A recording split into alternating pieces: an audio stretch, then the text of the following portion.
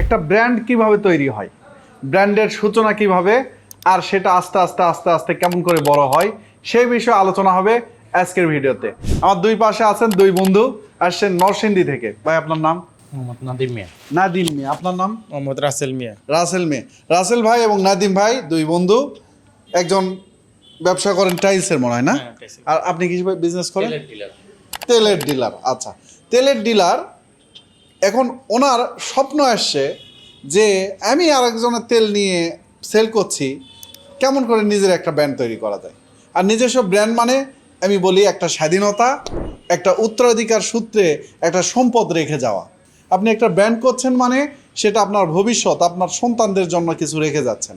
আপনি একটা ব্র্যান্ড করছেন মানে আপনার আরেকজনের হয়ে কাজ করা, তার জন্য অপেক্ষা করা, সেটা না, একটা স্বাধীনতা পাচ্ছেন। তো যাই হোক, নাদিম ভাইয়ের কাছ থেকে শুনতে চাইবো যে আপনি আসলে এই যে তেলের যে ডিলার বা এটার যে কাজ করেন, এটা কতদিন হলো করেন? এই 3 বছর কাছাকাছি। 3 বছর। এর আগে কি করতেন? এর আগে বাইরে ছিলাম, বিদেশে। বাইরে ছিলেন। আপনি টাইলসের ব্যবসা কতদিন করছেন? 4 বছর 4 বছর। আর হচ্ছে তার আগে কি করতেন? বাইরে ছিলাম। বাইরে ছিলাম। দুইজন কি একই দেশে ছিলেন? হ্যাঁ, কোন দেশে? মালয়েশিয়ায়। পরিচয় কি ওখানেই? হ্যাঁ, এখানে আর বাড়ি এখানেই নরসিংদী কি এক জায়গায় নাকি ভিন্ন ভিন্ন? এক জায়গায়তেই, কিন্তু ও ছিল এক জায়গায়, আমি ছিলাম আরেক জায়গায়। এই কারণে আন্ডারস্ট্যান্ডটা কম ছিল, কিন্তু মালয়েশিয়াতে আন্ডারস্ট্যান্ড দিয়ে শুরু। মালয়েশিয়া যখন দেখছেন নরসিংদী বাড়ি দুইজনেরই, হ্যাঁ, যে কোথায় বাড়ি দেখেন যে একই উপজেলা মনে হয়, তাই না? না, একই থানা, একই গ্রাম। ও, গ্রামও একই, কিন্তু দেশে ভালো আন্ডারস্ট্যান্ডিং ছিল না। বিদেশে যাওয়ার পর একই গ্রামের মানুষ, তখন তো আর সম্পর্ক ভালো হয়। সত্যিকারে দূরে গেলে মানুষের সাথে একটা ভালো সম্পর্ক হয়। যেমন আমরা পরে করেন ঢাকাতে যাই, তখন বলি বাড়ি কোথায়, বলি বগুড়া। আবার বিদেশ যাই, বাড়ি কোথায়, বলি বাংলাদেশ। বাংলাদেশ হলে ভাই তাহলে কি তুমি আমার আপনজন মনে হয়। আর সেই বিদেশে যদি মনে হয় একই গ্রামের, তাহলে তো সম্পর্ক আরো ভালো হবে। যাই হোক, সেই সম্পর্ক থেকে তখন কি মনে করছিলেন যে আপনারা একটা নতুন কোনো ব্র্যান্ড করবেন বা নতুন কোনো বিজনেস করবেন, এরকম ইয়ে ছিল? না, তখন এরকম কোনো চিন্তা ভাবনা ছিল না। তো বাংলাদেশে আইসা তখন ব্যবসা শুরু করলাম, ভাবলাম যে অন্য কারো ব্র্যান্ড নিয়ে যে একটু কাজ করতেছি, আমি তো চেষ্টা করলে আমার নিজের ব্র্যান্ড নিয়েও কাজ করতে পারি। ওই চিন্তা থেকেই মানে এই সরিষার চিন্তাটা আসা। এই জায়গাটা তো আপনার থেকে আসার কথা, কারণ উনি টাইলসের ব্যবসা করছেন। টাইলস ব্যবসায়ী যারা আছে হঠাৎ করে মাথায় আসবে না, কারণ এটা করা অনেক কঠিন। কি আপনার থেকে আসছে না? জি। তারপরে ওনাকে প্রস্তাব দিয়েছেন হ্যাঁ, যে একসাথে করা যায় কিনা। কতদিন আগে প্রস্তাব দিয়েছেন? প্রস্তাব দিচ্ছি মনে হয় এর মধ্যে 1.5 মাস, ওই তো না, একটু কমেব। আর আমার সাথে পরিচয় হলো কবে আপনার? আপনার সাথে ফেসবুকে আপনার অনেকগুলো ভিডিও দেখলাম, বা আপনার যেরকম কাস্টমারের চাহিদা বা কাস্টমাররা যেভাবে আপনি বোঝান, আবার কাস্টমারের ওইখানে যে রিভিউ নেন যে উনি কীভাবে ব্যবসা করতেছে, পারতেছে কি পারতেছে না। তো ওই উপলক্ষে আপনার এখান থেকে মানে এক ধরনের একটা বক্তব্য হয়েছি যে উনি যেহেতু মানুষের উৎসাহ করে ব্যবসা করার জন্য, আমিও যাই দিই ওনার কাছে কোনো হেল্প পাই। আলহামদুলিল্লাহ, এখন তো ভিডিওতে কথা বলতেছি, এর আগেও আপনার সাথে কথা বলছি। সেই জায়গায় কি কথা বলছি, আমার মেশিন নিয়ে যদি 1 মিনিট কথা বলি, কি বলি, এরকম সময় ছিল না। বরং আপনি কেমন করে উন্নয়ন হবেন, কেমন করে একটা ব্র্যান্ড করবেন, সেটা নিয়ে কথা হচ্ছিল। এবং তখন চিন্তা করছি যে আসলে ব্র্যান্ড নিয়ে করি। মেশিনের ভিডিও তো করি, তো মেশিন সম্পর্কে অনেকে জানেনি, কিন্তু যারা সরিষার তেলের মেশিন নিয়ে ব্র্যান্ড করতে চাচ্ছেন, এটার সুবিধা অসুবিধা, এই বিষয়গুলো নিয়েই আজকে আলোচনা হবে। তো যাই হোক, আপনি ব্র্যান্ড করার জন্য, আপনি ব্র্যান্ড বলতে যেটা করতে চাচ্ছেন, এখন কি করতে চাচ্ছেন? মানে মেশিন নিচ্ছেন। জি। মেশিন নিলে তো আর ব্র্যান্ড হয়ে গেল না। না, মেশিন তো অনেকেই নাই, তারপরে সারা জীবন ভাঙানোর কাজ করে। আপনি কি, আপনার কি পরিকল্পনা? আসলে কোনো জিনিসের শ্রম না দিলে কোনো জিনিস হয় না।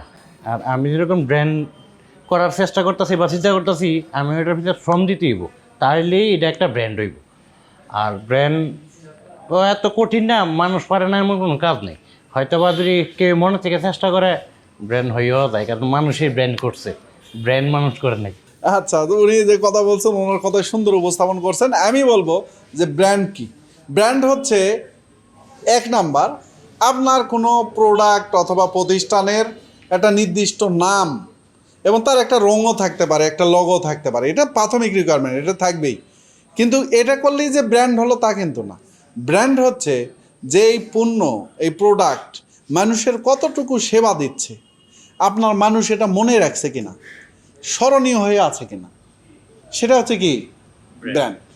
দেখেন মানে আমরা যদি একটা চিন্তা করি যে একটা ছেলে একটা মেয়ে, দুইজন ছোট ছোট একটা ছেলে একটা মেয়ে স্কুল শেষ করে আসতেছে, কাদার মধ্যে এরকম করে কাদা ছড়াছড়ি করতেছে, খেলতেছে।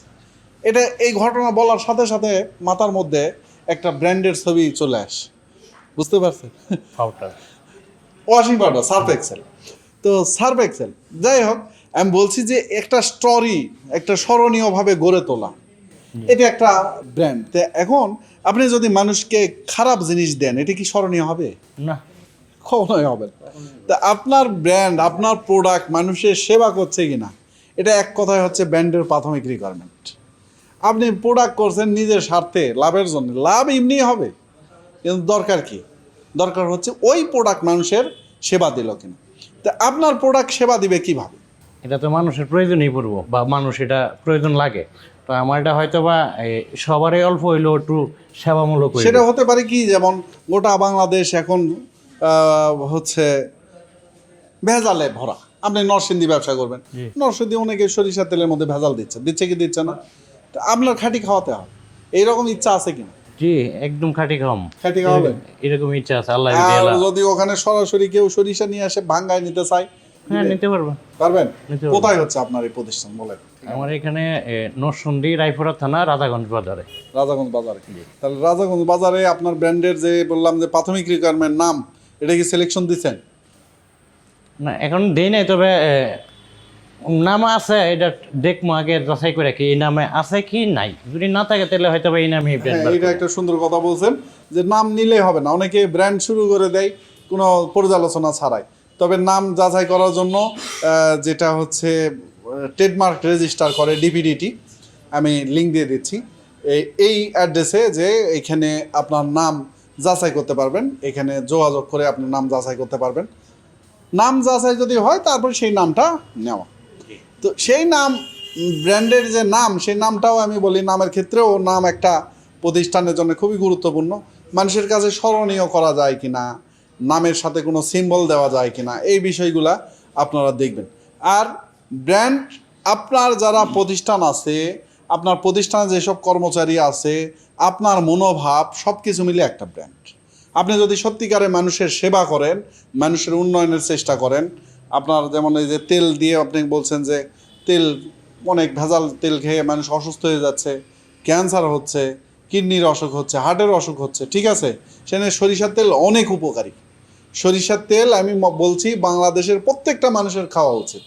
যখন হার্টের স্ট্রোক করে তখন সরিষার তেল খুলবে, এরকম আমার এক স্যার আছে, বুঝছেন? তো ইংরেজি পড়াতেন, যাই হোক আলহামদুলিল্লাহ। উনি স্ট্রোক করার পর আমার কাছ থেকে, এই যে আমার তো ঘানি আছে, আমার কাছ থেকে বাবা কী লাগবে, সরিষার তেল লাগবে। তো আমি বলছি যে অসুস্থ হওয়ার আগেই কোন জায়গায় যাওয়া দরকার, রোগের আগে তার প্রতিরোধমূলক ব্যবস্থা থাকবে না? তো এটা করলে হবে। তাই আমি বলছি যে গোটা বাংলাদেশের সব মানুষের, আমি মনে করি আপনারা সরিষার তেল খাবেন, খাঁটি সরিষার তেল খাবেন।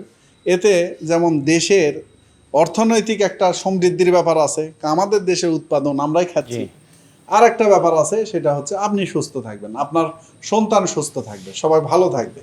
তো এই বিষয়গুলো নিয়ে যারা কাজ করতে চায় তাদের জন্য আমাদের হীরা সোর্স অফ অ্যাগ্রো, হীরার স্লোগানই হচ্ছে মাটিতে হীরা ফলাই। তাই হীরা বরাবর বলি, হীরা কারা? হীরা হচ্ছে এই ভাইরা, আপনারা হচ্ছে হীরা। আর হীরা মাটিতে ফলাতে চাই। কিভাবে ফলাতে চাই? হীরা গাছে ধরবে না, মূলত উনি যদি মানুষের সেবা দেয়, সেখান থেকে উনি হীরা হয়ে উঠবেন। মানুষ সবাই চিনবে যে একজন উজ্জ্বল নক্ষত্র, একজন ভালো মানুষ, যে কিনা মানুষের জন্য ভালো একটা কোয়ালিটিফুল জিনিস নিয়ে আসে, ঠিক আছে? জিনিসটাকে আমরা শুধু ব্যবসা মনে করি, যে প্রোডাক্টটাকে শুধু ব্যবসা মনে করি, আসলে প্রোডাক্ট কোনো প্রোডাক্ট না। প্রোডাক্ট যখন মনে করবেন যে এটা মানুষের সেবার মাধ্যম, তখন আপনার ব্যবসাও ভালো হবে, আপনার প্রোডাক্টও ব্র্যান্ড আকারে মানুষের কাছে প্রতিষ্ঠিত হবে। বুঝতে পারছেন?